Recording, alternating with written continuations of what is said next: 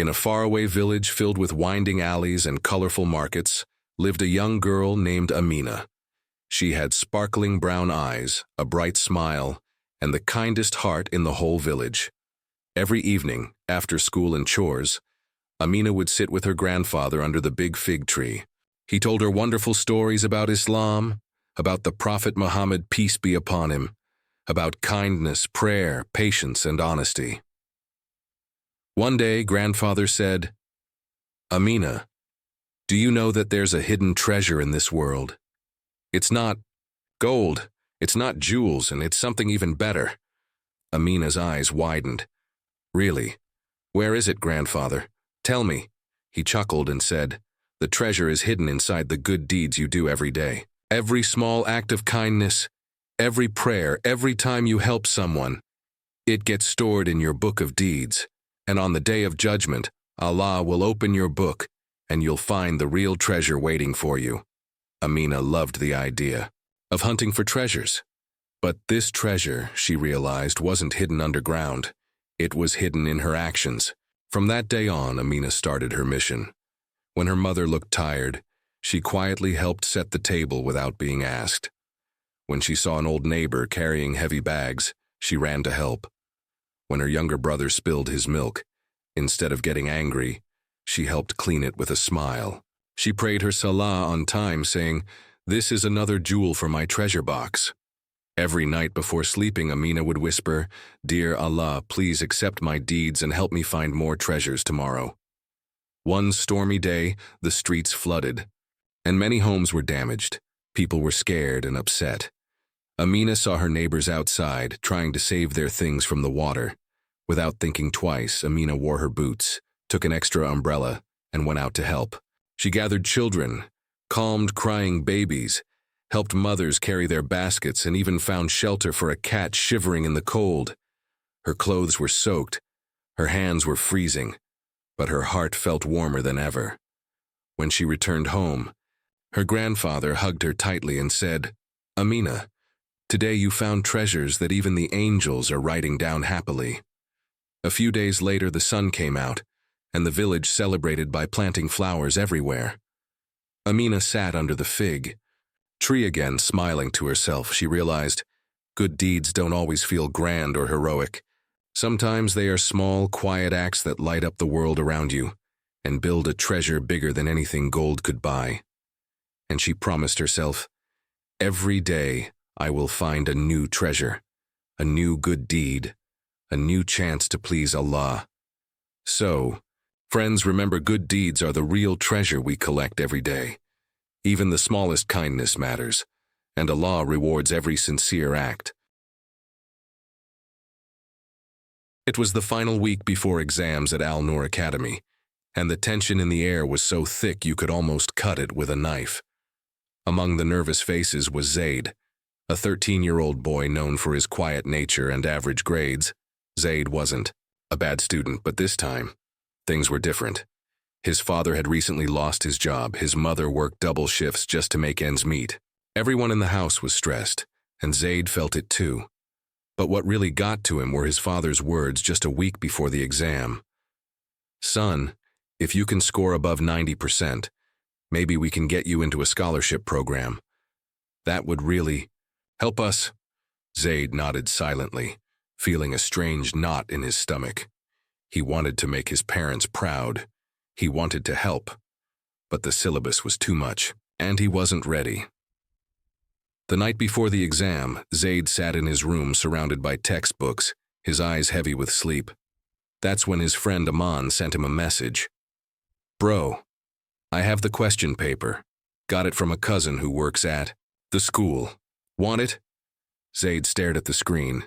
His fingers hovered over the keyboard. For a few seconds, he thought about all the consequences. But then, he thought of his father's tired eyes and mother's worn-out hands. He typed back, "Send it." Zaid walked into the exam hall with his heart pounding like a drum. The paper was exactly as Aman had sent. He breezed through it, finishing early. His hands trembled, not from nervousness, but from guilt. He didn't look at anyone. He didn't smile. He just sat there, waiting for the bell to ring. 3 days later, the principal walked into their classroom, her face stern. "We have reason to believe that someone in this class had access to the question paper before the exam." The room fell silent. "If anyone wants to come forward, now is the time." Zaid looked around. No one moved. His palms were sweaty. Aman sat still, eyes fixed on the desk. The principal added, "We have tracked the source and we already know 2 names. Zaid's heart sank. That evening, Zaid was called into the principal's office. His parents were there too, he confessed. The principal suspended him from the final term. The scholarship, gone. His father didn't speak a word on the way home. His mother quietly cried in the back seat. Zaid had never felt more ashamed in his life. Weeks passed. Then one evening, his father called him to the prayer mat. "Zaid, I was angry, but I'm proud of one thing. You told the truth. That's the first step of a man who wants to grow. Allah sees the heart, and maybe this was a lesson you needed." Those words struck deep. From that day on, Zaid changed. He studied harder, not for marks, but to truly learn. He helped his mother with chores and volunteered to tutor younger kids in the neighborhood. People noticed. A year later, he took the exams again, this time with integrity, no shortcuts, no cheating. When results came out, Zaid had scored 92% on his own. The principal congratulated him personally. "You didn't just pass the exam, Zaid. You passed the test of character." Zaid stood in front of his class during assembly, sharing his story. "I cheated once and I was caught. But being caught was the best thing that ever happened to me, because it taught me that honesty doesn't just make you a better student, it makes you a better person." Friends, always remember, that honesty is the best policy, because it builds a future you can be proud of.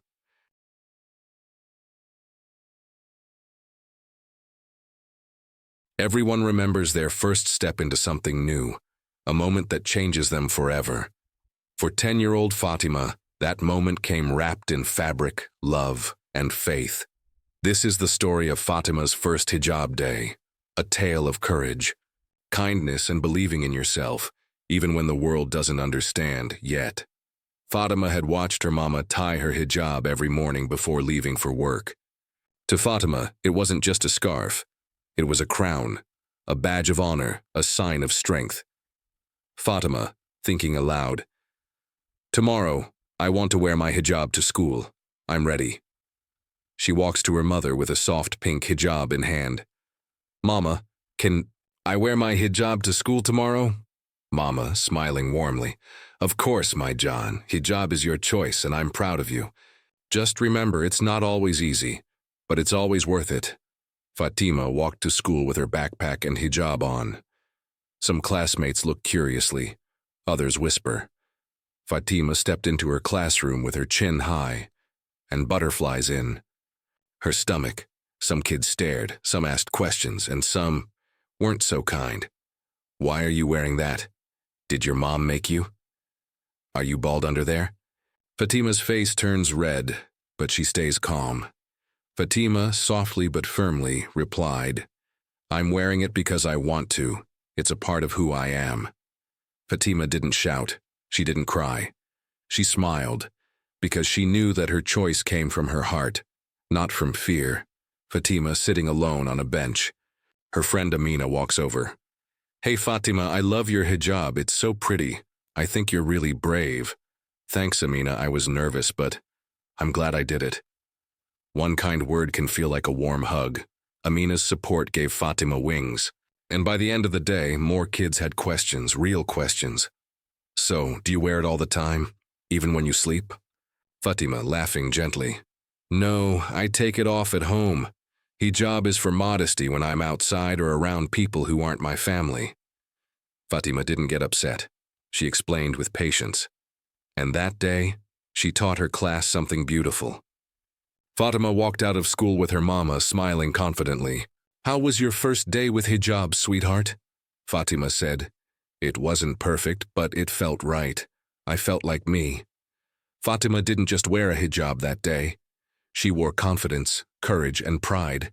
She faced questions, comments, even giggles. but she never let it shake her. So friends, remember, sometimes doing what's right for you means standing out. But when your heart is strong and your purpose is pure, even the hardest path becomes beautiful. Fatima's first hijab day wasn't about what others thought. It was about what she believed, and what she believed was this: my faith is my strength, my choice is my voice, and my hijab is my crown. Did Fatima's story inspire you? Do you believe in being brave and being yourself? Then give this story a big thumbs up. Don't forget to like, share, and subscribe for more powerful and positive stories. Because every child has a story that deserves to shine, just like Fatima. Subscribe for more inspiring stories that light up young hearts.